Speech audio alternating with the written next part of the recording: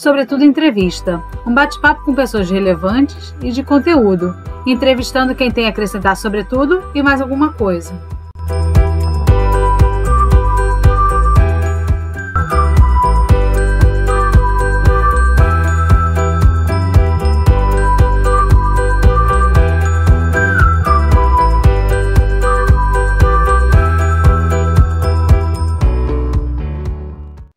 Sobretudo Entrevista, mais uma edição especial aqui do nosso canal, do nosso programa Sobretudo e Mais Alguma Coisa. Você já está acostumado com Sobretudo e Mais Alguma Coisa todas as terças-feiras que a gente fala dos mais diversos assuntos. E agora também tem o Sobretudo Entrevista, que a gente fala com personalidades, com pessoas que têm realmente a acrescentar nas nossas vidas, na sociedade. O primeiro foi com o mestre Manuel Dionísio, falando de carnaval. Teve o segundo com o Alexandre Araújo, falando de rádio e internet. Temos uma convidada muito especial aqui hoje, mas antes de apresentá-la, eu vou falar que você pode curtir, compartilhar, ativar o sininho do programa. De todos os programas aqui, é só descer a barra de rolagem, que você vai ver vários debates, várias entrevistas, curtas de comédia, que a gente tem feito todas as sextas-feiras, radionovela, que a gente começou também. Então, tem várias atrações aqui, porque é assim, é a vida e não pode parar, mesmo na quarentena, mesmo na pandemia. Você pode acompanhar pelo Anchor, Spotify, Google Podcast, Apple Podcast, pelo site Gazeta do Rio. Então, este é um conglomerado pequeno, estamos tentando aqui. E tem uma convidada muito especial aqui, autora, escritora, colega, Renata Dias Gomes. É uma honra muito grande ter você com a gente aqui hoje. Sinta-se em casa, já está em casa, mas sinta-se em casa.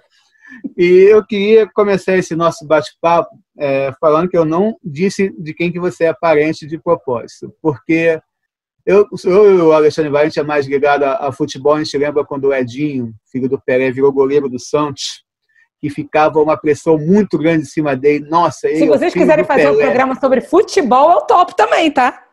Ótimo, vamos falar sobre tudo, sobre tudo. Se então, tem um assunto que eu gosto, é esse. Ótimo, qual é o seu time? Eu sou tricolor, mas há muitos anos, tricolor do Rio, né? Há muitos anos eu não sou mais torcedora, porque, assim, desde que eu tive meus filhos, eu acompanho muito menos futebol do que eu acompanhava. Mas eu acabei entendendo que eu gostava. O meu barato é assistir tudo e acompanhar a estatística. Que bom, tá vendo, Alexandre? Que maravilha. Mas eu não consigo mais acompanhar tanto. Então, eu acabo sabendo muito mais de coisas antigas do que atuais, porque hoje eu vejo muito pouquinho. Então você sabe o drama que passou o Edinho quando foi o goleiro do Santos, que todo mundo queria fazer gol nele porque ele era o filho do Pelé e tinha comparação. Lógico, isso é muito comum, né? Então, e você tem um problema mais grave do que isso, porque se estou falando de futebol, você é neta do Pelé com Garrincha. Tipo isso. Posso corrigir? É do Pelé com a Marta. Ótima correção, excelente correção. Para quem não sabe, acho que todo mundo já sabe, a Renata é simplesmente neta de um dos maiores autores teatrais da história desse país e da maior novelista da história desse país. Quer dizer, o gênio é maravilhoso, aí o DNA é fantástico. Renata, como é que é isso? Como é que é a pressão em cima de você? Te exigem que você escreva um Pecado Capital e um Rock Santeiro por dia? Como é que é? Se exigirem, ferrou, gente, porque eu acho que o que eles fizeram ninguém vai repetir nunca, assim, né? A obra dos meus avós é muito especial e eu acho que dificilmente vai aparecer outra pessoa para fazer. A minha avó inovou o gênero, o que ela fazia, o que ela inventou, né? A telenovela que a gente vê hoje em dia é uma invenção da minha avó. Eu acho que era uma época muito rica, assim, de mudanças, né, de várias criações, mas a telenovela brasileira, como a gente assiste aqui, que é diferente da novela mexicana, que é diferente de outras, é um formato que ela juntou ali várias coisas que estavam acontecendo no momento, botou mais algumas e surgiu com esse formato. Então, acho bem difícil que surja outra Janete Claire. Eu não tenho essa pretensão, por favor. Para mim é uma honra ser neta deles, né? Carregar esse nome, carregar a história, porque no caso, meu avô deixou peças de teatro e eu sempre falo que ele sobrevive porque as peças são reencenadas e aí ele é eterno. Mas a minha avó só deixou telenovelas. E a telenovela é um produto muito perecível. Ainda mais na época que ela escrevia, que ninguém sabia. Eu acho que assim, do meio para o final da carreira dela, já tinha uma noção da proporção que isso ia virar. Mas quando ela começou, ela foi uma pioneira, então não tinha-se a noção de que a novela brasileira ia virar o que virou. um produto de exportação tão forte e tudo mais. Então, não existia tanto esse cuidado para você guardar os gravados. Meu pai fala que no início se gravava por cima. Né? É o início do videotape. Então, teve aquele incêndio na Globo também que destruiu muita coisa, né? Teve incêndio, tem várias coisas que aconteceram no caminho. E mesmo os papéis, por exemplo, teve coisa que deu cupim. Não existia mesmo, não era o cuidado que a gente tem hoje para guardar esses materiais. Então, é uma obra perecível. Então, eu acabo, quando eu digo que eu carrego um pouco a história, é porque eu gosto de falar da minha avó e acabo contando um pouco da história dela para pessoas que não conheceram. Eu nasci no ano que minha avó morreu, em 1983. Eu já não a conheci. Eu era bebezinha quando ela nasceu. Dizem que ela me esperou nascer para morrer. Ela já estava com câncer há alguns anos. Já sabia que... tem uma história, né? Ela, na verdade, não... Durante muito tempo, meu avô preservou ela que soubesse que estava com câncer. Mas nessa reta final, acho que ela já sabia e a situação dela ficou bem crítica. E ela fez uma força muito grande para me esperar nascer, que foi dia 12 de setembro, e esperar a última novela dela estrear, que foi na semana seguinte, dia 19 de setembro. E depois ela descansou, e aí ela se deixou internar, e aí faleceu em novembro. Então tem toda uma geração já que não conhece a obra da minha avó. E aí eu gosto de fazer esse movimento de contar um pouquinho dela. Deu a vontade de te chamar e conversar com você quando eu vi um tweet seu dizendo que na sala de roteiristas muitas vezes as pessoas não sabiam quem era a Janete, né? E se surpreendiam com o trabalho. E, como você falou, né, as peças são eternas. Shakespeare é encenado até hoje, então teu avô vai continuar sendo encenado, mas a tua avó só com remake. Com os remakes que surgiram. Eu acho muito interessante, eu acho que tem mais a que fazer remake das obras de Janete Claire. O Astro foi feito com um sucesso absurdo, o Alcide foi muito feliz ali. Mas, de qualquer forma, a minha avó falava que novela é capítulo. E quando você faz um remake, você perde essa estrutura. E era uma coisa que era uma preocupação muito grande dela, era a estrutura do capítulo. E isso a gente não vai conseguir ver no remake, né? Porque é natural, assim, o formato do capítulo mudou, o tamanho do capítulo mudou com os anos, então você vai perder essa estrutura. Eu fiz com o Thiago Santiago no SBT uma adaptação do Sem Sucesso, Uma Rosa com Amor.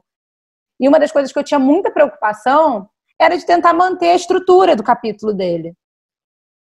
Com os ganchos que ele usava, a forma que ele alinhavava de uma cena para outra, as costuras de cena que ele usava, tinha essa preocupação.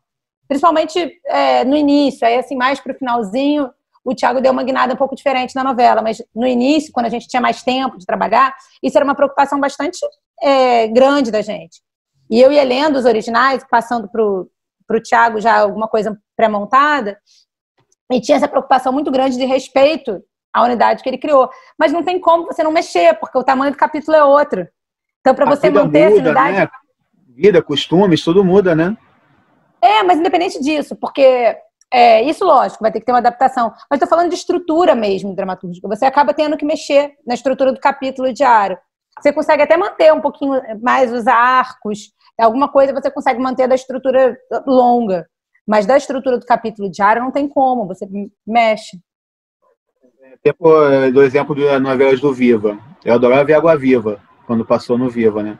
E tinham capítulos que tocava a música do Guilherme Arantes toda, mostrando a praia. Hoje é impossível isso, porque praticamente só tinha Globo naquela época, a Tupi falindo, não tinha muita concorrência. Hoje, se a pessoa ficar de saco cheio, vai pro Netflix, vai pro Globoplay, não precisa nem ir para outra estação, ela muda o streaming, né? Também tem essa preocupação.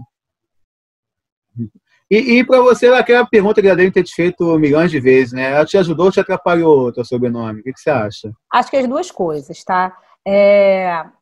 Assim, eu tenho cuidado da minha carreira com muito cuidado, e isso é uma forma bonitinha de dizer que talvez eu tenha até um pouco de medo. Porque eu ainda não assinei nada na televisão. Então eu ainda não me deparei, na verdade, com uma pressão externa que possa vir. Eu acredito que ela vai acontecer, mas eu ainda não tive que lidar com isso. Eu, como colaboradora, tem sempre uma pessoa que está acima de mim e que é a pessoa que está com o nome de frente, com toda a responsabilidade de ser o autor titular. Por mais que eu tenha participado de equipes em que eu participava bastante, e que tem muito da minha mão ali também, algumas histórias que eu ajudei a escrever, quem está de frente é o autor titular, né? Então é ele que leva os elogios e as porradas. E ainda não teve essa cobrança do público em cima de mim. Agora, eu me cobro muito. Eu me cobro muito. Não sei se por ser neta deles, eu aprendi a me cobrar muito. Sempre fui assim comigo mesmo.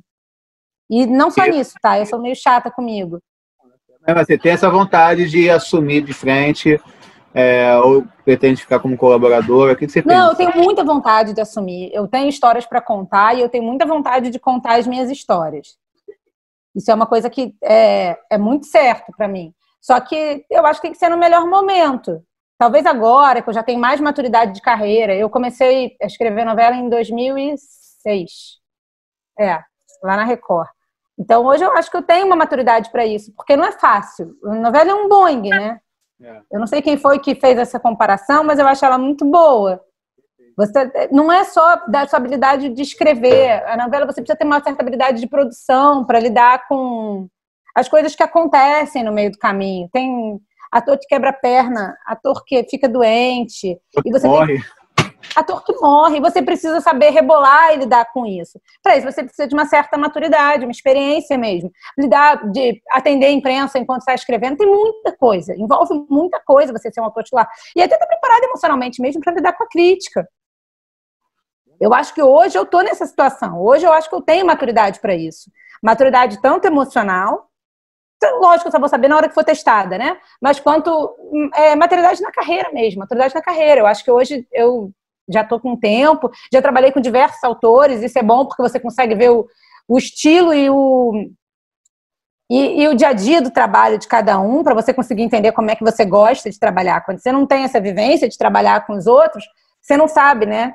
Eu já trabalhei com gente que tinha um modelo muito organizado, gente que tinha um modelo um pouco mais bagunçado. Todos funcionaram. Nunca aconteceu de trabalhar com alguém que não funcionava. Mas é bom você observar como que cada um leva, como que cada um leva a equipe. Além disso, né, você lida com uma coisa de gestão mesmo. Você gerencia uma equipe de outros autores. Renata, você tocou num ponto muito importante, a questão da maturidade. Ontem nós estivemos gravando um programa sobre educação, onde eu até coloquei o seguinte: eu entrei na faculdade, na Cândido Mendes de Ipanema, fiz Direito, né? Com 17 anos. Eu me formaria com 21, que na época eram só 8 períodos. E acabou que eu só me formei com 27. Não repeti matéria alguma. Mas coisas da vida, casamento, divórcio, separação, filho, não sei o quê, você começa a trancar e eu acabei me formando com 27. Então eu dizia assim: meu Deus, minha carreira será prejudicadíssima porque eu fiquei 10 anos na faculdade. Nada. Eu hoje tenho 30 anos como advogado. Então, a minha mãe mesmo dizia, ela dizia: Alexandre, sinceramente, eu acho que você vai começar a carreira como um advogado muito mais maduro, né, do que um garoto de 21 anos. Então, eu entendo perfeitamente essa sua colocação. Mas eu queria te fazer uma pergunta. Eu, quando criança, assisti novelas da sua avó. Eu me lembro, eu acho, inclusive, que hoje a teledramaturgia que nós temos no Brasil, eu chamaria de filha da Janete Claire. Não tem a menor dúvida. Porque tudo, inclusive todo final de episódio, todo final de capítulo, né, com dando aquela curiosidade de como vai continuar, tudo isso foi iniciado por ela, né? Eu me lembro da primeira versão de Irmãos Coragem, eu era um garotinho, era uma criança. Eu assisti isso, graças a Deus eu participei dessa história. É por isso que eu costumo dizer que eu não sou velho, eu não sou coroa. Eu apenas sou jovem há mais tempo que vocês dois, entendeu? Então, assim, eu curti muito. Como também fui um fã de carteirinha do Dias Gomes, do seu avô. A pergunta que eu queria te fazer é a seguinte: a gente sabe que Roque Santeiro teve uma série de capítulos e de cenas que foram censuradas, né? Hoje, a gente está vivendo um momento político em que o conservadorismo está tomando proporções gigantescas, né? A gente vê que professores e funcionários públicos estão sendo monitorados pelos serviços de inteligência do governo, né? Então, a gente está vivendo um momento de retrocesso. Eu gostaria que você, se pudesse, e se souber, claro, falasse para a gente de o que exatamente que foi censurado no Roque Santeiro. Conta para a gente aqui. A história do Roque Santeiro é o seguinte: o Roque Santeiro era uma peça de teatro chamada Berço do Herói, que foi censurada na véspera da estreia. Só um minutinho, gente. Eu posso até começar a responder de novo, se puder. Tom, tira o som, por favor. Meu filho ligou a televisão. Então, não dá para ficar, senão a mamãe se confunde. O fone tá ruim. Tá. O Roque Santeiro era uma peça de teatro chamada Berço do Herói, que foi censurada na véspera. E aí, anos depois, o meu avô resolveu adaptar para televisão. E aí essa história nunca ficou muito bem esclarecida, né? Na época, a novela passou pela censura, com pequenas trocas. Meu avô trocou o nome da peça e trocou o nome de alguns personagens. E a novela passou pela censura e também foi censurada quase na véspera, em 75, a primeira versão, com Bete Faria, né? E depois se descobriu que o telefone do meu avô estava grampeado. Na verdade, não era o telefone dele, era o telefone da pessoa com quem ele falava. E aí eu já ouvi que essa conversa foi com pessoas diversas. Eu vou lembrar aqui que pode ter sido com Augusto Boal, mas não tenho certeza mais. Pode ter sido com outra pessoa. Eu já ouvi... Naquela época era muito comum esse tipo de coisa de telefone grampeado, né? Então, e ele se vangloriou dessa história para algumas pessoas. Então eu não sei qual foi a ligação que foi grampeada. Mas foi uma ligação grampeada em que ele contava que estava fazendo a traquinagem. Que ele tinha trocado o nome da peça, tinha trocado o nome dos personagens, a novela tinha passado porque os censores eram muito burros. E aí ouviram e mandaram censurar na estreia. Entendi. Essa história do telefone eu tinha ouvido falar também. Fala aí, poeta. A gente sabe que no Rock Santeiro existe a personagem da Viúva Porcina. Viúva Porcina essa que foi vivida pela nossa ex-secretária da Cultura, Regina Duarte. Né? Caso você não possa responder sobre isso, que a gente não sabe também os compromissos, a gente está em edição aí para a gente cortar. Mas se você puder, fique à vontade. O que você acha da atriz e da pessoa Regina Duarte hoje, depois de suas declarações na mídia, na televisão e à frente da Secretaria de Cultura? Eu tenho muito respeito pela trajetória da Regina Duarte como atriz. Eu acho que ela fez coisas brilhantes na TV e no teatro.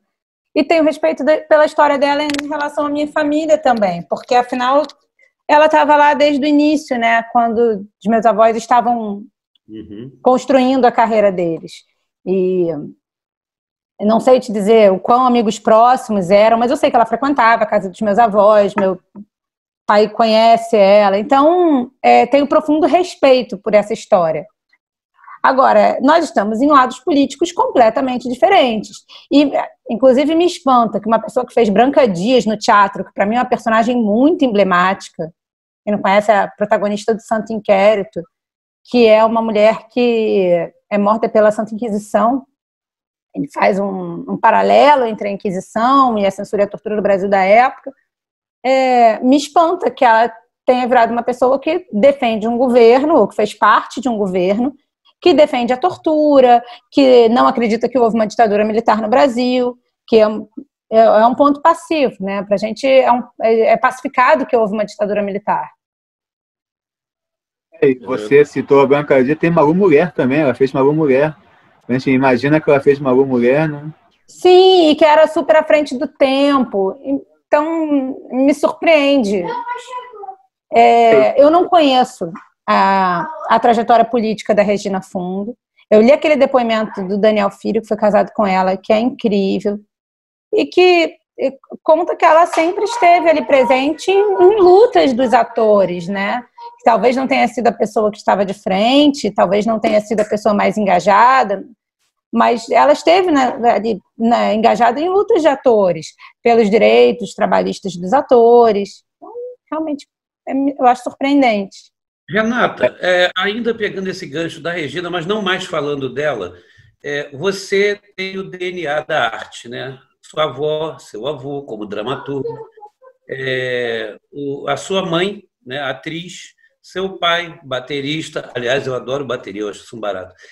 Eu, quando criança, eu queria muito aprender. Eu só era compositor da banda de rock que eu tinha na época, de MPB depois, e cantor também, mas o meu tesão sempre foi bateria. Mas vamos lá, então você tem esse DNA da arte, né? Como você vê hoje a arte, no momento atual, dentro do Brasil, você não acha que estaria faltando um pouco mais de engajamento, enfim, da união dos atores todos desse grande teatro que é a arte brasileira, né? E quando eu falo de arte, eu não estou falando só dos atores, né, de uma forma alegórica. A galera da música, a galera da televisão, a galera do cinema e tal, uma vez que a gente viu que o Ministério da Cultura foi reduzido a uma Secretaria de Cultura, né? Quer dizer, foi minimizado, mostra muito a pouca importância, relevância que esse governo tem dado. Né? Como você vê hoje a classe artística, de uma forma geral, se comportando em relação a esse estado de coisas? Eu vejo a galera batalhando muito. Isso é o que eu vejo dia a dia, assim. Eu vejo os artistas que estão ao meu redor e outros que não são tão próximos, mas que eu acompanho as carreiras, todo mundo batalhando muito contra todos esses retrocessos que a gente está vivendo. Talvez a gente não esteja falando de alguns artistas que estão na grande mídia. Mesmo assim, ainda tem muita gente se posicionando. Mas se você for olhar a classe artística como um todo, as pessoas estão se posicionando bastante. E tem uma nova geração extremamente engajada. E lutando muito por pautas identitárias e por pautas políticas. Você vê gente produzindo coisas incríveis. E lutando cada um pelas suas ideias, pelos seus ideais. Agora a gente tem uma pauta comum, né? Porque assim, a gente está vendo, como você falou, retrocessos contra a nossa classe. Então, a gente tem uma pauta comum. E tenho visto muita gente batalhando por isso. Eu vejo no dia a dia. Agora, a gente talvez não tenha força, né? Mas tanta gente não tem força contra esse governo autoritário. Não é um governo que escute, que faça escuta e mude alguma coisa porque foi pedido. Ainda mais para o artista, que eles demonizam. Então, a gente ficou meio sem espaço oficial de luta, entendeu? Por mais que se critique os governos do PT, e eu votei, tá? Eu votei no Lula, votei na Dilma, e não tenho nenhuma vergonha disso. Votaria de novo no PT, votei no Haddad, votaria de novo no PT. Não sou petista, mas sou uma pessoa de esquerda. Mas você não é obrigado a concordar com tudo. Agora, de qualquer forma, eram governos que tinham escuta. Esse governo não vejo escuta, ainda mais com artistas. Os artistas são demonizados. Agora, Renata, você fez uma vez uma peça ou um curta, agora não me recordo, chamado Exílio Aqui Mesmo. Gente do céu, tá. Esse é um trabalho de faculdade. Isso. Eu achei o título, assim, incrível. Eu achei um grande título, né? Porque você tem aquela história toda do exílio da época da ditadura militar, e eu tive tentando pesquisar profundamente esse exílio aqui mesmo e não conseguia, mas aí eu comecei a viajar, né? Imaginando o que você quis dizer com isso. Fala um pouquinho pra gente sobre esse trabalho que você fez. Era um curta da Também, faculdade. se você tem vontade de ver outras peças, outros filmes, além de novela também. Eu gosto muito de teatro. Eu cresci muito no teatro, porque minha mãe era atriz e me levava para coxia e tal. Então, eu cresci no teatro. Eu tenho muita vontade de fazer teatro. Mas eu sou apaixonada por televisão. Então, acho que o meu mundo é esse mesmo. Eu adoro teatro. Eu acho que em algum momento, com calma, vai acontecer uma estreia no teatro. Mas sem pressa e não é hoje o que eu tô lutando para, entendeu? Eu acho que é um negócio que para mim é mais orgânico, assim. Em algum momento, eu já escrevi algumas peças, em algum momento isso vai acabar acontecendo. O meu ofício, né, meu dia a dia é escrever para televisão. E o Exílio tratava de quê? Então, era um curta baseado numa poesia que eu tinha feito uns anos antes. E a diretora era Kátia Rosa, acho que era esse o sobrenome, era uma menina lá da faculdade também, e meu tio Ernesto Piccolo, que fez como ator. Ele era um curta passado num futuro próximo, onde um rapaz que teria sido congelado, aí eu não vou saber te dizer quando ele teria sido congelado, mas eu acredito, esse curta deve ter sido produzido em 2001, 2002, então ele deve ter sido congelado no governo Sarney, início do governo Fernando Henrique, não sei, eu não lembro quantos anos ele ficou congelado, ou talvez finalzinho da ditadura, não sei. E aí ele ficaria congelado e acordaria. Oi? De 85, que é o final do governo Sarney, até mais ou menos 2000, vamos botar. 85 é o começo, né? O Sarney saiu em 89. Isso, que aí é quando o Collor ganha a eleição e isso. tal. Eu não sei quando ele foi congelado, eu não lembro mais. Mas em algum momento bem difícil da nossa vida política e cultural e tal, e ele fica congelado e ele acorda no momento. Aí o curta foi feito na Cinelândia, porque é cheio de cenários que são tombados, né? Os cenários não mudam. E aí ele acorda e leva um susto, porque ele vê que pouca coisa mudou e volta a pedir para ser congelado. Muito bom isso. E você falou um pouco de teatro aí, série. Você tem vontade de escrever série, alguma coisa assim? Tem muito. Eu sou muito noveleira, tá? Eu gosto bastante de novela. Mas tenho vontade de escrever série também. Você acompanha alguma que você goste muito? Assim? Tem alguns projetos. Eu acompanho menos do que eu gostaria, mas acompanho. Eu acabei de assistir La Casa de las Flores, que é um novelão mexicano divertidíssimo. Estreou agora essa semana The Good Girls, que eu adoro. Acho que é só Good Girls, né? Que eu adoro. O que mais?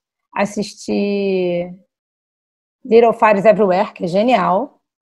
Também gostei bastante. Eu tô anotar tudo isso aqui pra gente assistir depois. Tô quase pedindo cola pra minha filha pra lembrar o que eu assisti, porque a minha memória nessa quarentena tá horrorosa. Eu adoro How to Get Away with Murder, porque eu amo a Viola Davis. Novela atual, você assiste? O que você acha das novelas que estão passando? Agora não, porque parou tudo, né? Mas você estava acompanhando as novelas que pararam, o que você achava? Eu assisto sempre um pouquinho de tudo, mas eu não consigo acompanhar uma novela inteira há algum tempo. E eu vinha no ar, né? Eu fiquei muito tempo no ar em Malhação Vidas Brasileiras. E aí, nesse momento, é muito difícil assistir qualquer coisa. Mas eu dava uma bisoiada em Amor de Mãe e gostava bastante. E Malhação deve ser bem mais difícil até de escrever, porque é um ano inteiro que dura, né? Uma temporada e a nossa durou especialmente muito. Haja criatividade. Brasileiras, né? A minha filha está soprando aqui que foram 284 capítulos. Nossa, haja criatividade. E eram quantas pessoas para escrever a Malhação? A Patrícia Moretti, autora titular. Aí eu, Laura Rissing, Rick Tiese, Chico Soares. E aí no finalzinho entrou a Letícia May. E a tua avó escrevia sozinha, né? A gente vê como que era a tua voz. Minha avó escrevia sozinha. A gente vai ver como que era sensacional, né? Porque é difícil. Mas minha avó sempre gostou de escrever com parceria, viu? Não, eu fico imaginando as novelas que ela escreveu, a dificuldade que devia ser escrever sozinha uma novela daquelas, né?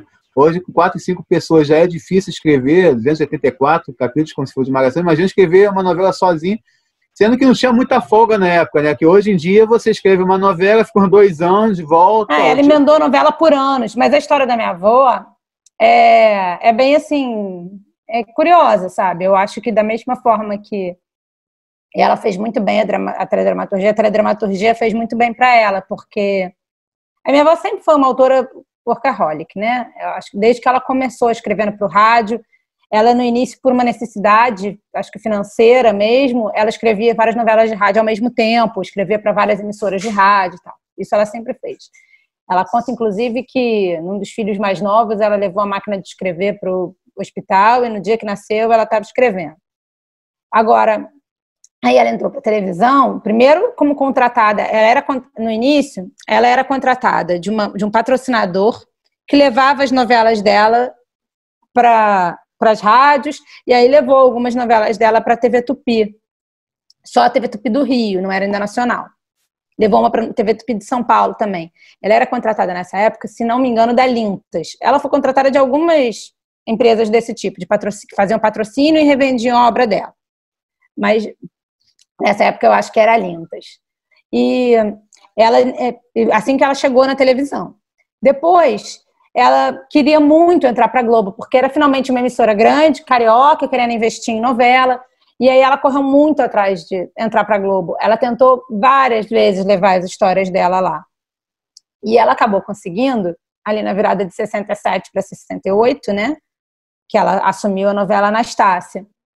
E só que em 68 aconteceu o episódio mais triste da vida da minha avó, porque ela perdeu um filho, Marquinho, de 2 anos e meio. E foi exatamente nesse período que ela ficou anos sem sair do ar. Então, acho que ela tinha ali, eu já vi entrevistas dela assim, dizendo que ela escrevia para não enlouquecer. Acaba sendo um desafogo, né? Escrever. quem escreve tem essa, entre aspas, vantagem que muitas das suas emoções consegue colocar no papel e é uma forma de exorcizar os seus fantasmas, né? Sim. Às vezes você acaba escrevendo, se sente mais leve por colocar aquilo. E tem alguma novela dela que você pensa, pô, eu queria ter escrito essa novela que eu acho sensacional? Deve ter, né, alguma novela Tem dela. várias sensacionais, né? Mas eu Sim. acho que Pecado Capital é uma obra-prima. Ah, muito boa. Não, eu acho o final de Pecado Capital uma coisa fantástica, porque não é exatamente aquele final feliz que acontece com o Carlão, né? Eu gosto de ser surpreendido por final, não gosto de saber o que vai acontecer, né? Aquilo é sensacional, aquela morte no metrô. Eu acho que Pecado Capital é a obra-prima dela. E ela falava, né, que de Pecado Capital para frente ela deu uma melhorada. Ela dizia assim, eu acho que é muita modéstia, porque Irmãos Coragem anterior e já é muito genial. Vocês sabem que eu morei na rua Fom Márcios, quando ainda ali do ladinho da Globo. Em frente à Rede Globo. Eu morei no prédio que ficava em frente.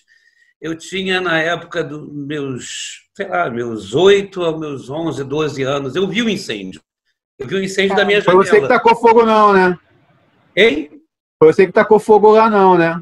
Eu não costumo chamá-la de Globo Lixo, não. Apesar de ter minhas restrições, mas não chamo de Globo Lixo, não. A Globo é maravilhosa, para com isso. Mas, enfim, então, assim, eu acompanhei. Cara, eu posso dizer que praticamente toda a carreira da Janete.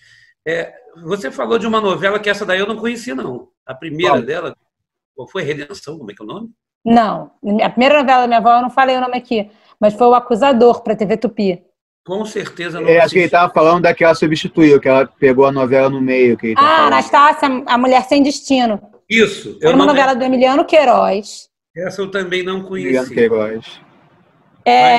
O Emiliano Queiroz estava fazendo Anastácia, A Mulher Sem Destino. Era uma novela que se passava numa ilha. Oi? Teve alguma chamada Rosa Rebelde, uma coisa assim? Rosa Rebelde veio depois. Foi a primeira que eu me lembro. Eu garotinho, devia ter uns 5 anos. É pouco depois. Rosa Rebelde é 69. Ah, então. 69 eu tinha 7 anos de idade, exatamente. Ela entrou para fazer Anastácia, A Mulher Sem Destino, substituindo o Emiliano Queiroz. Aí ela fez o famoso Terremoto. Porque a novela tinha personagens em excesso, histórias em excesso. E aí ela fez um terremoto, deixou só o casal principal e fez um salto de tempo na história. Genial. É muito genial. Cavalo de Aço também não era dela? Não. Cavalo de Aço, se não me engano, é do Walter Negrão. Ah, é porque é mais ou menos da mesma época, né? Quando o Negrão fez Cavalo de Aço, olha, eu posso estar falando um monte de besteira, porque minha memória anda muito ruim na quarentena, mas, se não me engano, foi quando minha avó pôde descansar. Eu acho que ele entrou para fazer uma novela e aí minha avó conseguiu descansar. Porque ela emendou, ela fez... ela entrou para fazer Anastácia, ela fez Sangue e Areia, ela fez Rosa Rebelde. Não, ela fez Passo dos Ventos, fez Sangue e Areia, fez Rosa Rebelde, aí fez Véu de Noiva. Irmãos Coragem. Irmãos Coragem.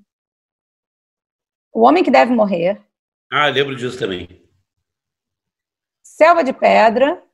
Excelente.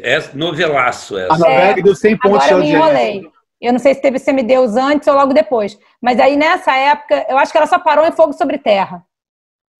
Selva de Pedra, para quem não sabe, deu 100 pontos de audiência, um capítulo, é uma coisa histórica da televisão brasileira, de Janete Claire. 100 pontos, imagina, poeta, 100 pontos de audiência, todas as televisões ligadas do capítulo, que não era o último capítulo. Não era o último capítulo. Não era, que é o mais impressionante, né? E o Astro deu 98 pontos, e apesar de todo mundo querer saber quem matou Salamanhala, os 98 pontos foram no reencontro do casal principal. O Astro era o Francisco Cuoco, que fazia o papel de um... Herculano Quintanilha. Mas esse casal dos 98 pontos era Beth Savala e Tony Ramos. Isso. Impressionante isso. Agora, eu acho incrível essa história que a Renata contou, que ela acabou de ter um bebê e já estava com a maquinazinha de escrever. A máquina de escrever é uma coisa incrível, né? Que você consegue datilografar no notebook e, ao mesmo tempo, já sai imprimindo tudo, né? Computador e impressora ao mesmo tempo. A geração de hoje acha uma loucura. Caraca! Olha só, ela digita e já imprime sem dar o comando. Então, assim, ela, além de escrever sozinha, ela ainda fazia isso numa máquina de escrever. É uma coisa inconcebível para o E agora dói o dedo, máquina de escrever. bem depois disso, né, do nascimento do meu pai, do meu tio, eu não sei qual foi o filho que ela disse que escreveu no hospital, possivelmente os dois, porque quando meu pai nasceu, ela já era uma grande novelista, mas ainda no rádio, e quando o Marquinho nasceu, ela estava quase chegando na televisão, né, então também estava escrevendo bastante, produzindo muito. A Glória Pérez conta que lá em 83, quando a Glória chegou para ajudá-la, a minha avó também levava a máquina de escrever para o hospital, mas aí numa outra situação. E ela escrevia na máquina do hospital, e quando ela estava muito enfraquecida, a Glória escrevia por ela na máquina dela. E a Glória diz que a máquina da minha avó era impossível de escrever, que só a minha avó conseguia. Ela diz que ela não voltava tudo. Oi? Glória Pérez. Glória Pérez. Glória Pérez, tá. Glória Pérez. Falando, velho, eu prometo essa? Eu prometo. Foi a única vez que a minha avó aceitou ter uma colaboração. Então eu não sabia que a Glória tinha sido discípula dela. Sim, a Glória é o estilo de escrita é da avó. Você vê o Clone, você vê essas novelas de amor impossível, você identifica a Janete Claire ali. A minha avó, eu acho que, assim, eu não seria exagero dizer que ela formou a geração de autores, porque não só a Glória Pérez é a discípula direta, porque a Glória aprendeu com a minha avó, né? A Glória tinha uma outra função, ela trabalhava, eu acho que com pesquisa, e aí ela foi escolhida pela minha avó para dar continuidade, eu prometo, caso a minha avó não chegasse ao final da novela. A frase do encontro delas é essa, minha avó falou para a Glória, eu não sei se eu chego ao final dessa novela, mas eu quero que essa novela chegue até o final. Então minha avó ensinou tudo que podia para a Glória Pérez para ela conseguir dar continuidade à novela. Mas antes disso, minha avó, ajudou o Gilberto Braga e o Silvio de Abreu. A geração inteira. Coisa fantástica. Oi? Oi, Alexandre. Eu falei que ela acabou criando os principais autores que vieram na geração seguinte. Sim. Eu ouvi o nome de fera aqui, quer dizer, tudo filho artístico de Janete Claire. O Silvio de Abreu já era um autor, mas ele fala isso, né? Que ele já era um autor. Mas o primeiro grande sucesso dele, que foi Jogo da Vida, era a adaptação de uma novela de rádio da minha avó, que ela deu para ele fazer. Muito interessante. E para mim também, estar com você hoje aqui é um encontro histórico comigo mesmo, porque minha família tem sobrenome Quintanilha, eu não tenho, mas minha família tem. Legal! E a minha mãe falava, minha avó, que era um inferno na época da novela, por causa do Herculano Quintanilha. Imagino. Elas falavam comigo, eu era criança, eu ia muito bem, nossa, porque na época do Roda de Fogo surgiu o Renato Vilar, e eu me sacaneava por causa disso, Roda de Fogo, do Lago César Muniz, né, por causa do sobrenome Vilar. Aí elas falavam, você não imagina como é que era na época do Herculano Quintanilha, que era um cara meio 7-1, assim, todo mundo ficava associando, e é muito bacana para mim mesmo, na minha história, estar conversando com você e lembrando dessas histórias, porque às vezes a gente não tem a noção de como que esses autores, essas pessoas que escrevem sozinhas numa máquina de escrever ou no notebook, influenciam milhões e milhões de pessoas. Não tem como ter noção, né? Ela não devia ter noção nem da sua avó, né? É um absurdo, né? Ela chega em lugares que a gente nem imagina. Então, lá no interiorzão do país, a pessoa mora mal, não tem muitas condições, mas tem aquela televisãozinha pequenininha lá que assiste a sua telenovela. É uma coisa, a dimensão desse país continental. 100 milhões de pessoas estão vendo aquilo que você escreveu, imagina? Tem alguns anos que eu fui com a minha família passar uns dias em Ilha Grande. E faltou luz por alguns dias. Mas na hora da novela, todo mundo assistia. Você conseguiu ouvir o som da novela das 9, assistiam por gerador. Fantástico. Esse papo aqui tá muito bacana, mas deixa eu dar um intervalinho para vocês agora, até porque a nossa convidada pode beber uma aguinha também. Mas a gente volta lá para esse segundo bloco que tá muito bom, galera. Ó, fica aqui na telinha, né? Novela, mas tá bacana, o enredo tá bom. Já voltamos.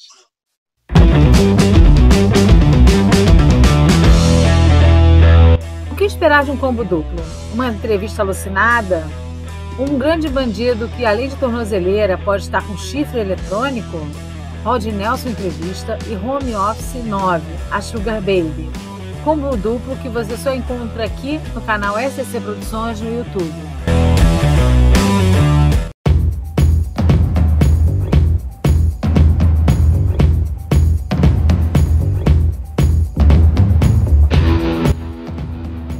Castelo é um famoso diretor de teatro, que com sua companhia estreia o texto O Povo contra Luísio Violi. E durante uma apresentação, uma das atrizes para a peça e faz uma declaração chocante. O que diferencia a brincadeira do assédio? Para tudo existe um limite e alguém precisava falar. Alguém precisava falar. Só aqui no canal SCC Produções, no YouTube.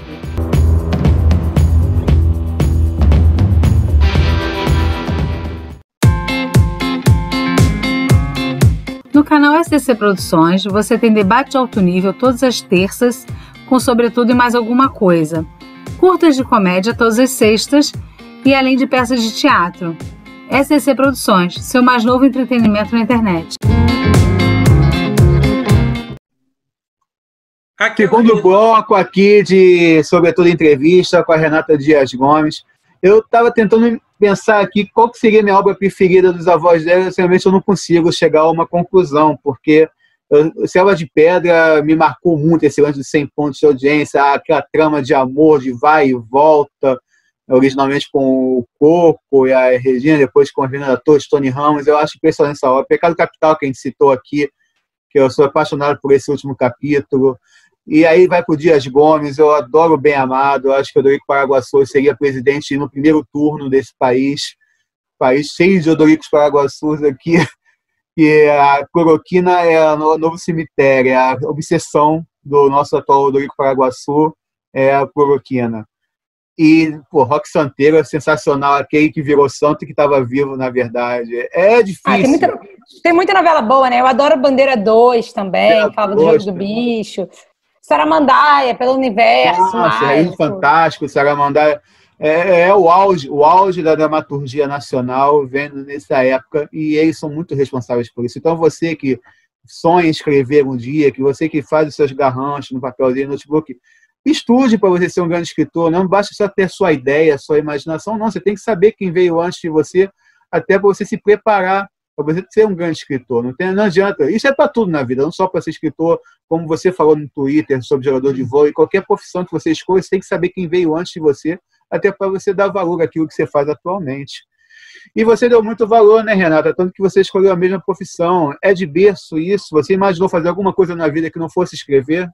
Não. Eu sempre soube que eu seria escritora e eu sempre gostei da ideia de escrever novela. Nasceu na tua alma, não tem jeito isso, né? Desde pequenininha. Eu vi que com 6 anos você já escrevia algumas coisas, criava, não é? Eu aprendi a ler e escrever super cedo na escola. Eu aprendi a ler e escrever um pouco antes de entrar no antigo CA. E aí eu sempre digo isso, né? Faço essa brincadeira de que eu aprendi a ler e escrever para contar história. Porque eu já gostava de contar história. E aí, poder ler e escrever, eu podia fazer as minhas anotações. Eu sempre soube que eu seria escritora. Agora, eu fui atleta durante a adolescência e também era uma coisa que eu gostava muito. Então, eu sempre soube que eu seria escritora, mas se não tivesse tido oportunidade, né, porque a vida é oportunidade, eu talvez tivesse feito educação física e fosse trabalhar com isso. Ou jornalismo esportivo, que é uma coisa que eu gosto muito também. Uma curiosidade. Você tem como avós 2 dramaturgos, 2 escritores. O seu pai é músico e sua mãe é atriz. Você disse que a sua mãe sempre te levava para coxia, né, e tal. Você nunca passou pela sua cabeça em tentar ser uma atriz também como a sua mãe? O que te levava a dizer assim, não, eu quero ser como a minha avó e meu avô, eu quero escrever, não curto essa coisa de representar? Não sei explicar. Eu sempre gostei de escrever. Sempre, para mim, sempre fui escritora, sempre soube que era isso que eu ia fazer. Nunca pensei em ser atriz. E para completar, eu sou tímida pra caramba. Desde garotinha. Então, você ser tímida te ajudou a levar para esse lado? Você acha que escrevendo você consegue botar os seus sentimentos? Não, eu sempre quis ser escritora. Não tem nada a ver com a minha timidez. A minha timidez me afasta de uma vontade de ser atriz, mas a vontade de ser escritora sempre foi uma coisa muito forte. Agora, você como aprendeu a escrever muito, muito novinha, né? Bem abaixo, bem acima da média, digamos assim, em termos de aprender a ler e escrever. Você fez um trabalho com 6 anos de idade que depois isso foi representado, né? De alguma forma. Você ganhou um concurso, não foi isso? Não, eu ganhava concurso assim na escola, não com 6 anos, eu acho. Mas eu ganhava sempre assim, concurso de poesia, concurso de redação, porque eu gostava realmente muito. Aí eu lembro de ter ganhado concurso de poesia na escola, ganhei até com uma poesia que era homenagem à minha avó. Eu tenho uma ligação muito forte com a história da minha avó e com a minha avó.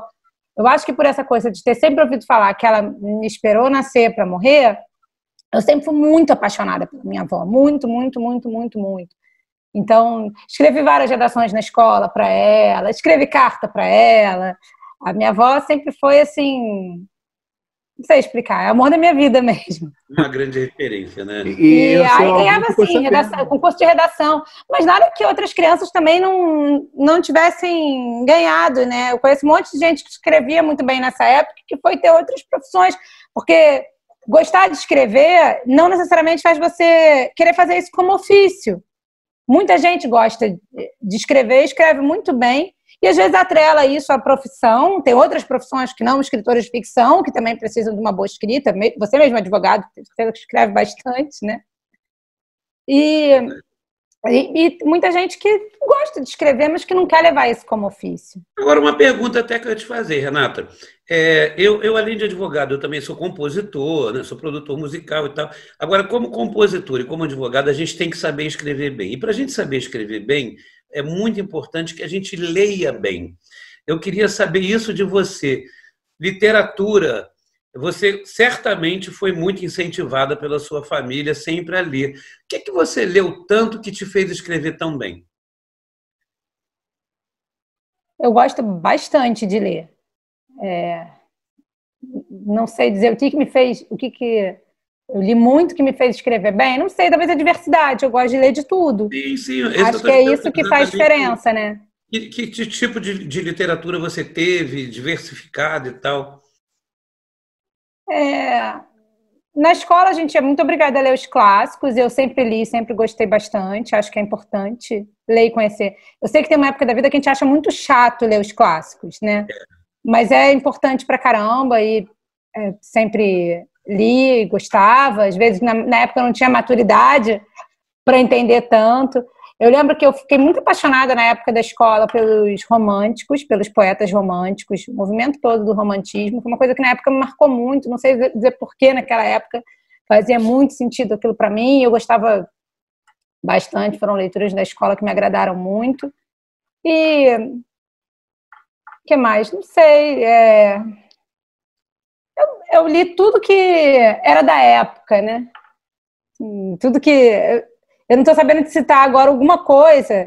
Peraí, vou pensar melhor para não ficar que nem o Sérgio Moro dizendo que gosta de ler biografia e não lembra quais das biografias que ele leu. Eu sempre gostei de ler ficção. É porque você fez a pergunta sobre a minha formação literária, né? Sobre o que eu gostava de ler quando era criança. E aí, essa pergunta... Olha, eu não estou nem muito preocupado com o nome dos autores, não. Eu quero saber a diversidade. Olha, eu li a biografia, eu via isso, eu lia isso, li os casos.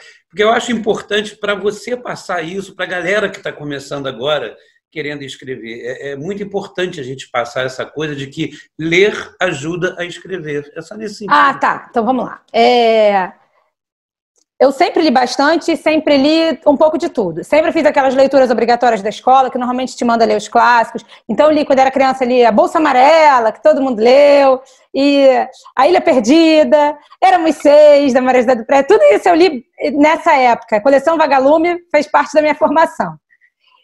Depois, um pouquinho adiante, né, quando você entra no ensino médio, você tem que ler os clássicos mesmo. E aí eu acho super importante ler todos eles, né? Li bastante Machado de Assis na escola e acho que é fundamental e tudo isso. Hoje, eu continuo gostando de ler os clássicos e leio bastante diverso. Gosto de ler os autores de fora. Tenho lido... Eu li primeiro o Americana, da Chimamanda, que é absolutamente genial. E aí depois, eu não vou saber te dizer o nome do autor, também autor nigeriano. Eu li Os Pescadores, também um livro nigeriano. É sensacional, é uma coisa assim... É incrível, incrível, incrível. É um livro mítico, ele mostra uma Nigéria mais mítica. É incrível. Aí sempre assim, eu gosto... Isso hoje, né? Não na minha infância. Na minha infância eu li muita coleção Vagalume e depois, mais para frente, os clássicos da literatura nacional. Hoje eu gosto de ler muitos autores contemporâneos brasileiros e também estrangeiros. Não posso deixar de citar, assim, na minha formação, eu li muito Rubem Fonseca. Acho que é um dos autores que eu mais li. Eu sou muito apaixonada pela obra do Rubem Fonseca. Gosto um pouco de tudo mesmo. E hoje eu tenho feito muito essa pesquisa assim, de tentar ler os autores contemporâneos. Esse ano eu li quase tudo que faltava da Conceição Evaristo, que eu acho absolutamente genial. Estou apaixonada, assim, eu fiz uma lista outro dia, até postei no Twitter, assim, quais são os autores que te fazem ficar na fissura pelo próximo lançamento. Aí eu incluí a Conceição Evaristo, a Ana Paula Maia, o Rafael Montes, Milton Raton, Daniel Galera. Ai, será que eu vou lembrar de todos? Não, vai lembrando. A expectativa do próximo, né? Você lia Monteiro Lobato quando você era criança? O que você acha da discussão hoje em dia sobre a obra Então, dele? era essa a resposta que eu estava evitando. Eu não estava conseguindo responder porque eu estava evitando dizer isso. Eu li muito Monteiro Lobato na infância. Mas não tem problema. Olha, vocês viram que eu rodei é impossível para não entrar nisso. É impossível você não lembrar de Monteiro Lobato quando você fala de... que eu comecei a ler quando criança, fugir de narizinho. Eu tentei, vocês viram que eu tentei. Eles gostam de polêmica, eles gostam de polêmica nesse programa. Eu rodei. Olha só, eu li muito Monteiro Lobato na minha infância. Fez parte da minha formação literária. Não tenho a menor dúvida disso. Eu li bastante. A minha mãe fazia parte do Círculo do Livro, não sei se vocês vão lembrar, que era... Você fazia uma assinatura e recebia os livros mensalmente. E aí eu tinha toda aquela coleção do Monteiro Lobato, que tinha as letrinhas do nome dele na lateral. Ele é muito Monteiro Lobato. Eu gostava bastante. Agora, eu acho que é impossível você hoje, com as discussões que a gente tem hoje, não criticar a forma que eram tratadas as pessoas negras. O meu primeiro susto... Assim, eu li Monteiro Lobato na infância e depois abandonei. A minha memória é de peixinho, então eu não lembro muita coisa. Aí, quando a minha filha era pequena, minha filha está com 16 anos, eu lembro de comprar Caçadas de Pedrinho. Aí eu fui tentar ler Caçadas de Pedrinho e aí foi um susto, assim, eu ia lendo e falando, e agora? O que eu vou fazer com essa parte? E agora? O que eu vou fazer com essa? Eu achei assim, ela ainda não tem maturidade. Eu acho que é importante você conhecer. Mas talvez, eu acho que aí o grande problema é que na idade que é gostoso de ler Monteiro Lobato, talvez as crianças ainda não tenham o discernimento para entender aquele contexto e entender por que ele critica a Dona Anastácia. Nem critica, né? Mas ele é completamente racista com a tia Anastácia. Ele já era racista pro tempo dele, não tem essa desculpa de... não, ele já era racista pro tempo dele, com certeza. Ele é extremamente racista. Mas eu fui ter essa noção lendo agora grande, porque quando é criança você...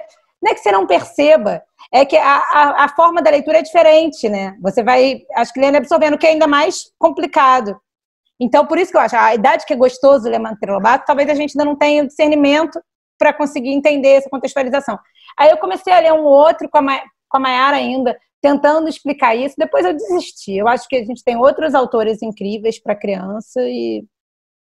Seria a pergunta que eu ia te fazer, mas você já meio que respondeu, né? Então, você prefere deixar de lado e investir em outros autores que tenham mais a ver com o mundo que a gente vive. Eu acho que a gente não precisa, talvez não precise, não tem uma resposta certa, tá? E acho que nem sou eu a pessoa para falar disso. Eu acho que eu não tenho estudo literário, eu não sou uma pessoa negra e não tenho mesmo conhecimento próprio para falar disso. Talvez tenham soluções que eu não pense ainda. Talvez não seja o caso de tirar ou da biblioteca totalmente, ou pelo menos que deixe de ser estudado. Eu acho que tanto a novela quanto a literatura, muitas vezes eles são um reflexo do nosso tempo. E eu acho que ele pode ser estudado, continuar sendo estudado, com esse olhar. A gente vai olhar e falar, olha, nessa época aqui no Brasil se fazia esse tipo de coisa. Isso é importante da gente ter, não adianta a gente apagar a história. Se fazia esse tipo de coisa, as crianças consumiam esse tipo de coisa. Caramba, imagina o que a gente não formou de pessoas que naturalizavam o racismo por conta desse tipo de leitura. Porque era totalmente naturalizado na obra dele. Muitas crianças foram formadas lendo Monteiro Lobato. Então, acho que talvez seja importante ele estar presente para a gente estudar isso. Mas talvez não como leitura indicada mais para as crianças, né? Foi esse caso do E o Vento Levou, que aconteceu agora, que colocaram antes de começar o filme, agora tem uma explicação do contexto da época e tal. Talvez se botasse uma primeira página nos livros dele dizendo, oh, esse é outro contexto, é uma outra época, é uma outra situação. No Caçadas de Pedrinho tem uma página explicando isso. E mesmo assim é difícil, porque eu acho, também não sou pedagoga nem psicóloga e posso estar falando um monte de besteira aqui, tá? Eu acho que a criança, ela recebe isso muito mais como imagem e menos no mental, na idade que elas leem o Monteiro Lobato. Então, é complicado você explicar, que é uma coisa completamente racional, né? Você explicar o contexto disso e a forma que a criança vai absorver. Eu acho que não dá muito. É uma pessoa que já tem alguns anos de carreira. O mundo era bem diferente de quando você começou ao tempo de hoje. Você acha que a tua escrita mudou em sentido não só da maturidade como escritora, mas também pelo mundo ter mudado? Tem mais cuidados que você tinha quando você começou?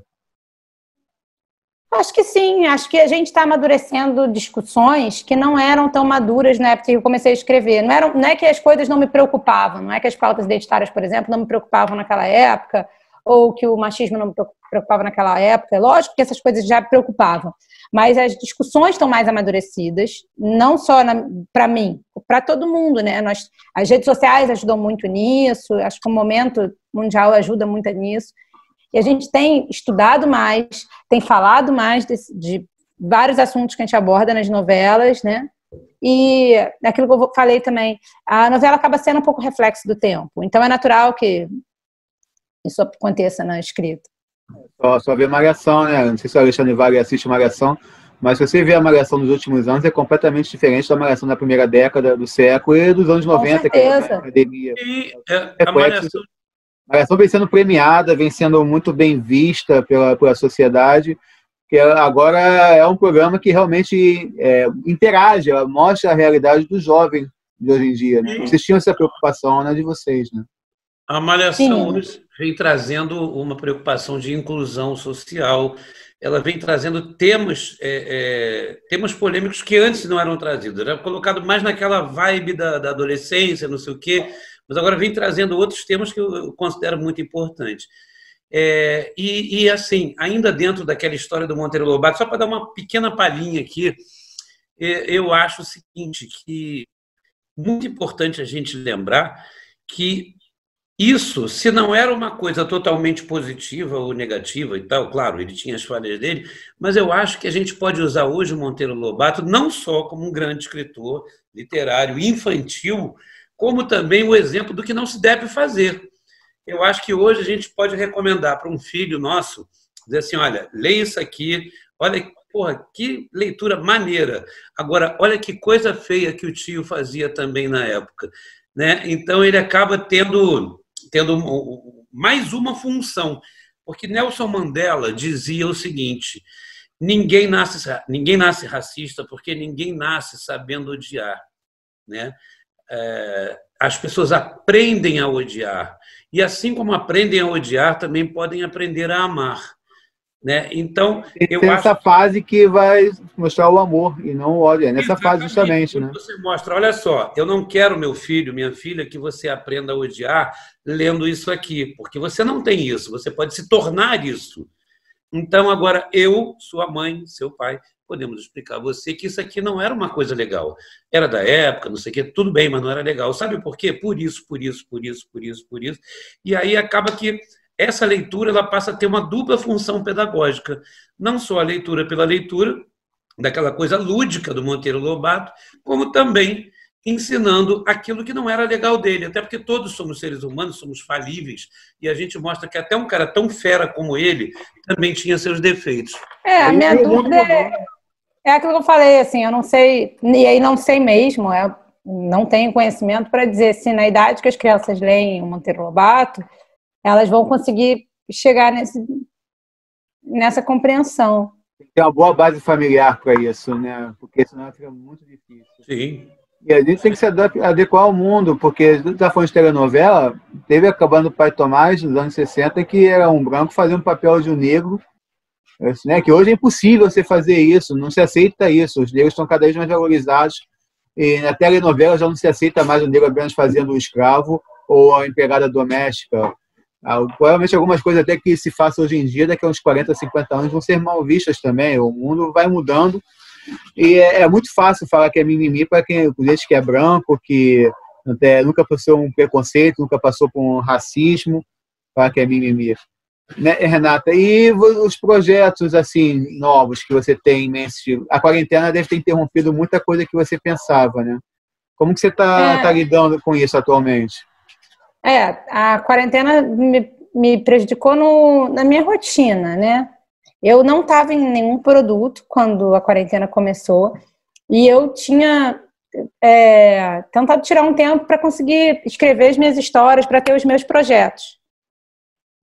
E a quarentena acabou prolongando esse tempo, ao mesmo tempo que tem sido mais difícil para tocar. Então, coisas que eu faria com muito mais velocidade e facilidade, ficou mais difícil. Meus 2 filhos tiveram Covid e a gente ficou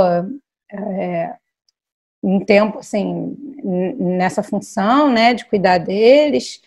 E fora isso, eu já trabalho em casa, né, em tempo integral. Meu trabalho já é todo em casa, mas é muito diferente você trabalhar em casa, poder sair para tomar um cafezinho, observar o mundo, ter uma rotina fora de casa e voltar para casa para escrever e ter que ficar 100% do tempo dentro de casa. Então, os tempos de produção mudam muito, a rotina fica muito alterada. Eu tenho uma rotina durante a semana, mesmo eu trabalhando em casa, que é um negócio que deixa a rotina meio bagunçada, eu levo criança para a escola, pego a criança na escola, faço esporte, vou na rua tomar meu cafezinho, levo criança no inglês. Então, eu me ajusto para trabalhar nos horários da rotina deles, normalmente. E nos meus horários eu pratico esporte, tirando os meus horários de esporte. Assim, eu falo sempre, antes da quarentena acabar, eu tinha sempre um treino durante a semana de vôlei, nas terças-feiras. Aí eu falava, mas isso não te atrapalha durante a novela? Eu dizia, não, me ajuda, porque ter que terminar tudo para sair às 8 horas, me organiza o dia. A quarentena tira isso, né? O dia é igual, a noite é igual, o dia seguinte é igual, e isso acaba atrapalhando a mim. Eu acredito que tem autores que estão escrevendo bastante nesse período. Para mim tem sido mais difícil. Mesmo assim... alguma coisa, tem rabiscando alguma coisa? Sim, tenho conseguido escrever alguma coisa. Projetos de série, de novela, algumas coisas que eu estou tocando devagarinho. Tinha um projeto de novela que estava... Ainda projeto, tá, gente? Mas que estava bem adiantado para ser entregue, já era para ter sido entregue há um tempo, e aí essa confusão toda me atrasou. Eu espero que saia por agora. E de série também. Tenho tentado botar as histórias para frente, as histórias que moram em mim.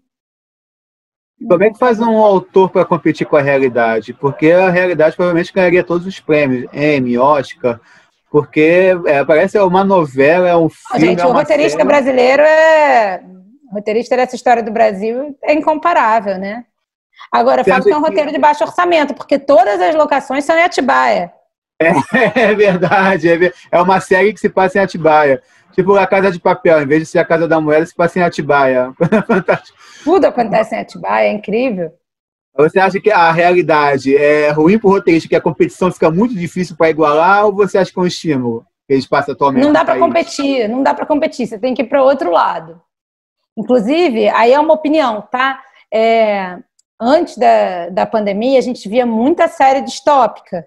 Eu acho que a tendência é que agora ninguém mais faça série distópica, porque a gente está vivendo isso dia a dia. Está vivendo então, uma série, né? Eu ainda não sei para onde a arte vai nos levar, que tipo de produção vai sair depois disso. Mas eu acho, posso estar fazendo uma projeção louca, que a gente não vai ter tanta série distópica, a gente vai querer ver um outro caminho, alguma coisa mais lúdica, não sei. E esse House of Cards que a gente vive no Brasil atualmente, como é que você enxerga esse seriado que um canastrão é o principal ator no Brasil hoje? Assim, analisando como roteiro é muito divertido, o problema é que a gente está vivendo isso na vida real, né? É ficção, esse que é o problema. É um monstro que apoia a tortura na presidência. Se fosse ficção, seria uma obra fantástica, né? Se fosse ficção ia ser muito divertido. A gente ia ficar se perguntando, meu Deus, como elegemos esse cara que... Ele não tem inteligência, né? Ele não consegue modular o discurso para falar uma coisa aqui, uma coisa ali. o que eu digo é assim, falta para ele, eu acho que uma inteligência emocional para conseguir modular, falar fino com um, falar grosso com outro, ele fala as mesmas baboseiras para todo mundo o tempo inteiro. E acha que é inteligente pra caramba. Eu tenho minhas dúvidas, sabia? Às vezes eu acho que ele não tem inteligência e às vezes eu acho que ele usa dessa boçalidade, ainda que aparente, para fazer uma cortina de fumaça enquanto eles vão jogando todo o pacote de maldade dele. Eu também acho isso, mas eu acho que isso não é ele que planeja. É um negócio assim, solta a fera, deixa a fera falar. Enquanto alguém com um pouco mais de inteligência faz por trás. Porque não é possível. Você vê hoje, por exemplo, tudo aquilo que foi veiculado sobre aquela pauta anti-ecológica, que foi naquela reunião que o Salles, né, falou. Né, passaram a boiada toda. Está sendo colocado em prática. Né? O assalto contra a nossa saúde, para mim é um assalto que está sendo feito, quer dizer, nós não temos uma política estratégica de saúde, de combate à Covid. Apenas não tem política de nada. Cloroquina é maravilhosa, não precisa usar máscara, eles saem, não dá exemplo, educação, uma vergonha, queriam fazer o Enem com toda essa disparidade entre as crianças que têm acesso e não têm a internet, ou seja, a arte, então, nem fala arte. Cultura. A mistura de Walking Dead com House of Cards, já tem aqueles seguidores aí que parece aqueles zumbis, né, Renata? Não, mas é inacreditável, gente. Como ficção seria incrível, mas a gente está no meio, então. Eu acho que ele é um Odorico Paraguaçu sem carisma ou é uma sacanagem com o Odorico a comparação? Eu acho que a Renata... O Odorico era mais carismático. Na verdade... E a Ema seria o Zeca Diabo da vez, você acha? Quem? A Ema. É verdade, é verdade. A Ema poderia ter feito o papel do Zeca Diabo no final do Bem Amado, ela teve a chance, né? Teu avô estaria se divertindo muito com as Moro, né? Só que o Zeca Diabo era melhor porque ele matava mesmo, né? A Ema não conseguiu. Não. O teu avô estaria escrevendo muita coisa hoje em dia, né, Renata? Ele seria um prato cheio para o Brasil de hoje, né? O problema é como você aumentar, né? O meu avô usava muito a coisa de você aumentar um ponto na realidade. O problema é que você aumentar nisso aí, você chega no absurdo do absurdo.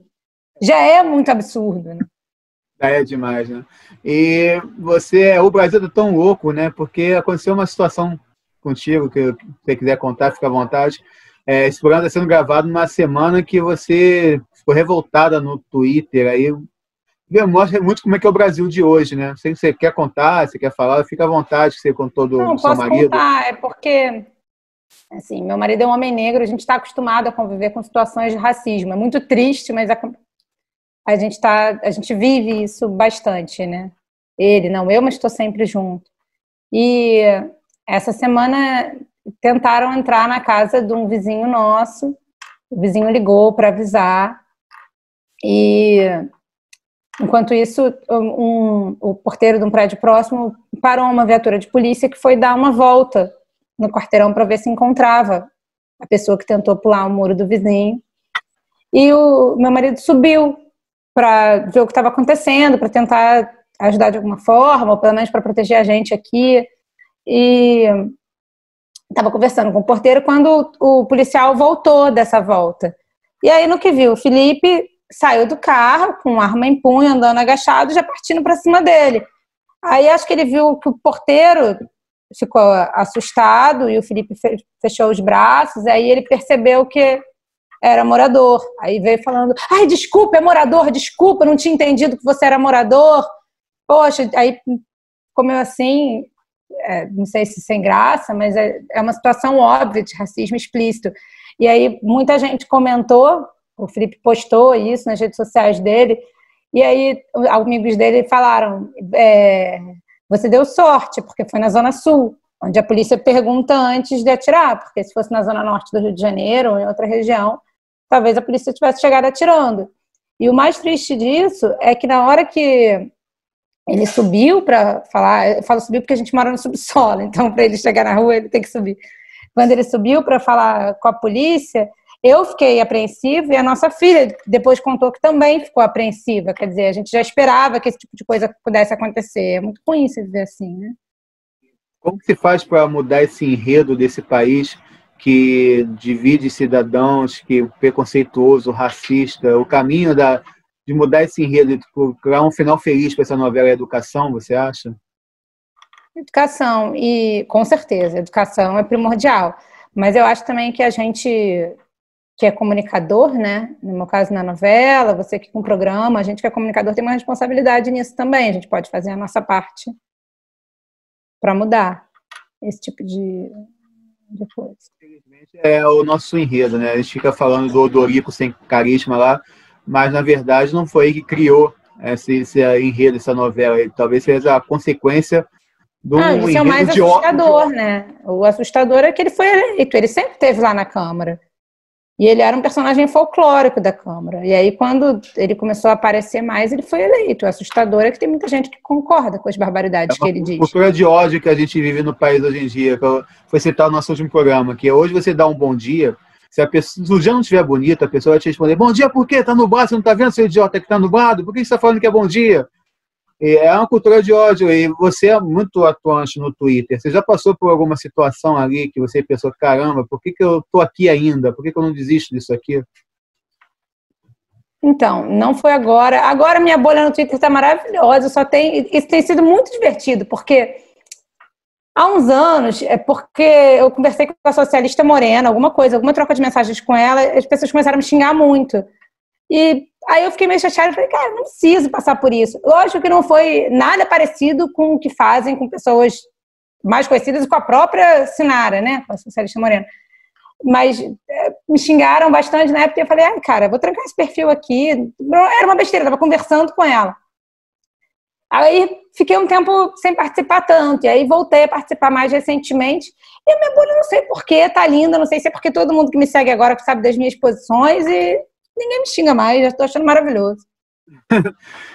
Porque eu também estou com essa sorte também, que não me xingam muito não, mas a gente vê cada situação, a gente vê o Marcelo Freixo, o Marcelo Adnet, você vê as postagens deles, você vê os jornalistas esportivos, você que é fã de esporte, como falou com a gente no começo, né?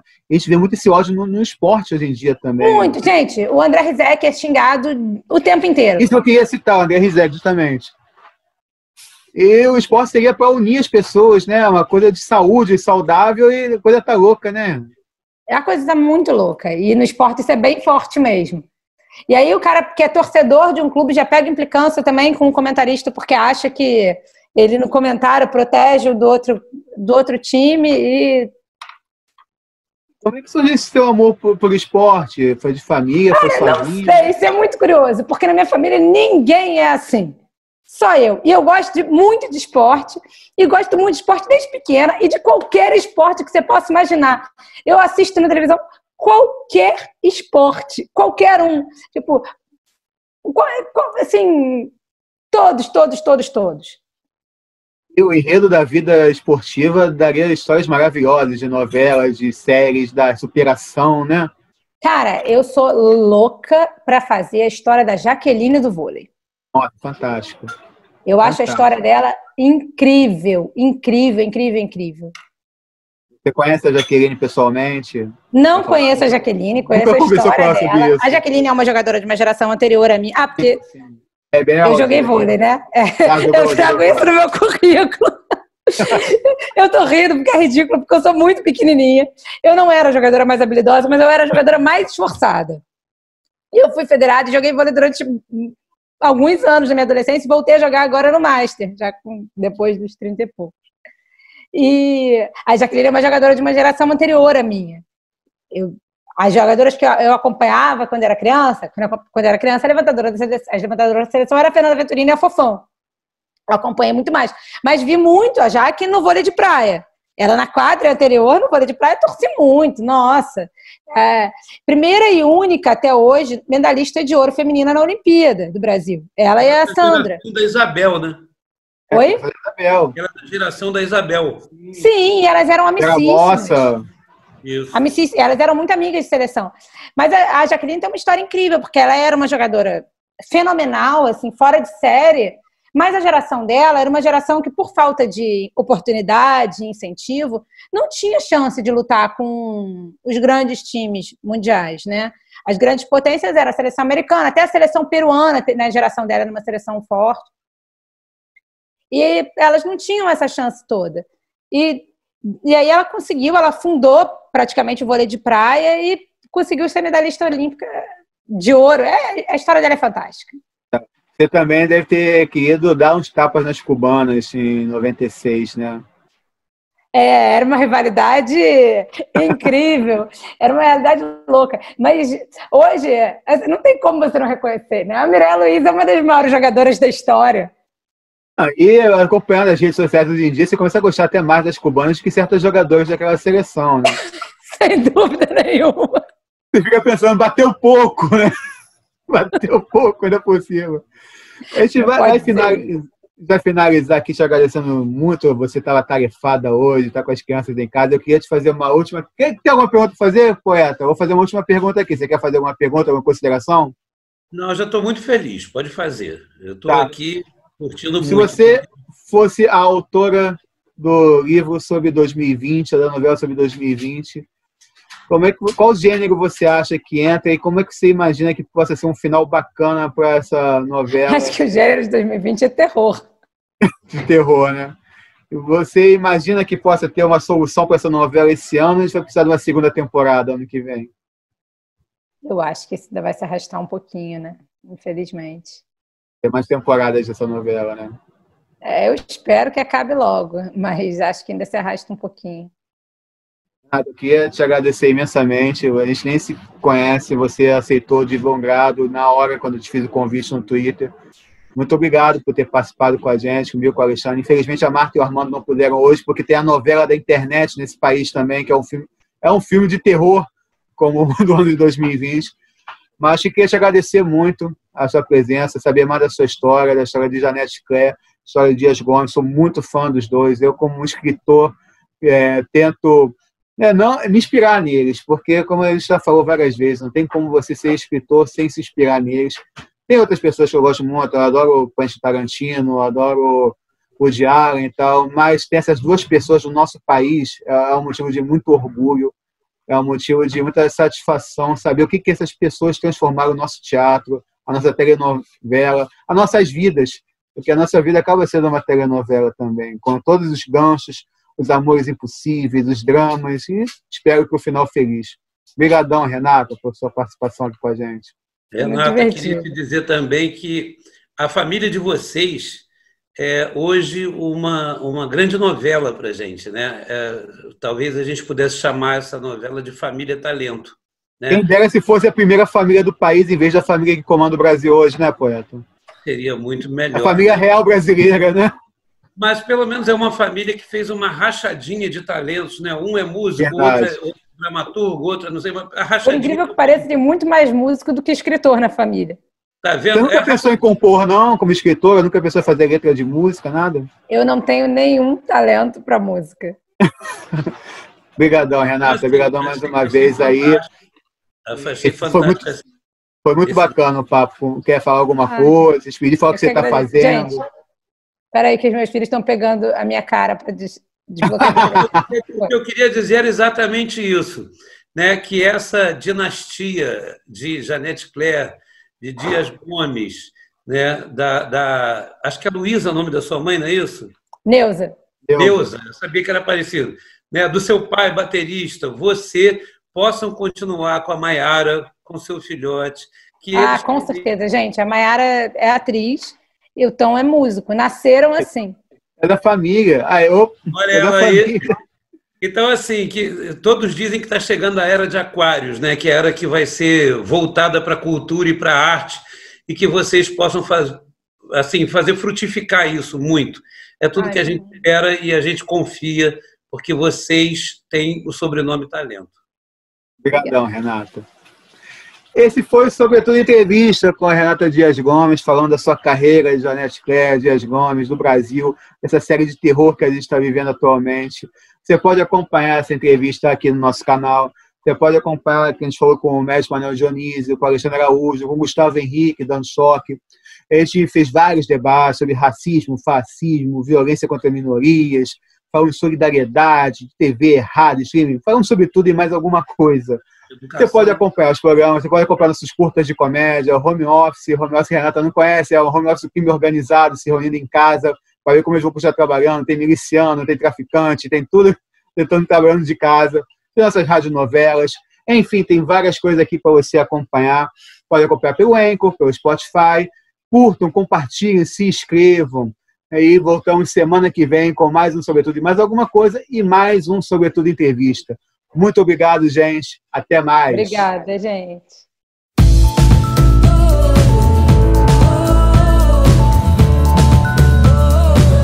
Sobretudo e mais alguma coisa. Apresentação Aloysio Vilar, produção Marta Caminha, edição e direção geral Luto Tunge.